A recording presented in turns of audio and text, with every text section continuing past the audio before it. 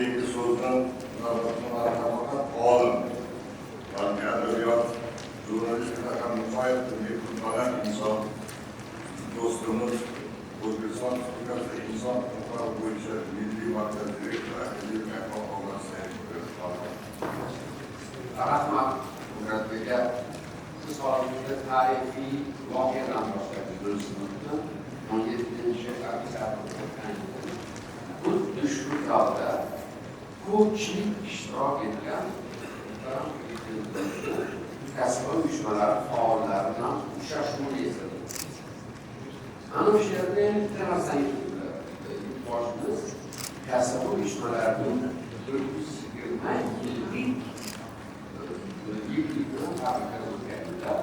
va mana shu sanaga bag'ishlab 200 yillik man shunda ko'p o'ylab nima deysam, mana shu hozirgi siz aytgan judayam to'g'ri aytdilar. Hozirgi kunda maxsus bilan ishlayotgan narsaga aloqali maxsus o'zi ham bilmaydi nimaga ishlayotganligini.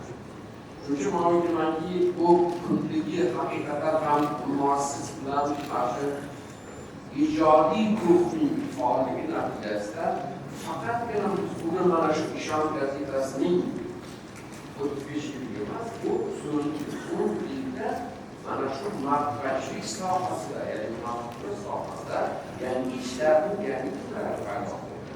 Mana kechagina hali bermadim, 8-mo'jiza ham chop etildi. Yoki mana Yuksalish o'ynasi chop etildi. Sizni o'zingizni bir qator kitoblaringiz chop etildi. Bunlardan dalolat beradi. Bu Prezidentimiz Olmazxon va boshlayotgan yangi O'zbekiston, yangi xalq harakatini ishlarni ko'rsatishga bag'ishlangan mana shu nashrlar. Men bugungi mana bu bosh farqlarni o'tirib, shu jurnalistlar ko'plab baho berdi. Mana shu ko'pchilik bilmaydi. Mana shu 20-yillardagi jadidlarimizning ko'pchiligi kasb uyushmalarini faol bo'lgan, kasb uyushmalarini, nashrlarni birinchi muharriri bo'lgan.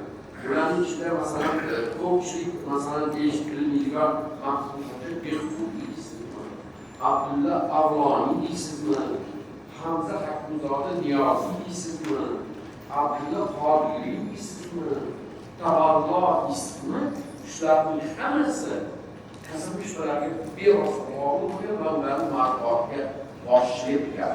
Shuning uchun man bugungi bayram sohiblarini sizni boshingizda man aytardimki, Prezidentimiz olib borayotgan 3-renessansni asoslarini yaratuvchi hozirgi kunda jadidlar baho bergan bo'lardi.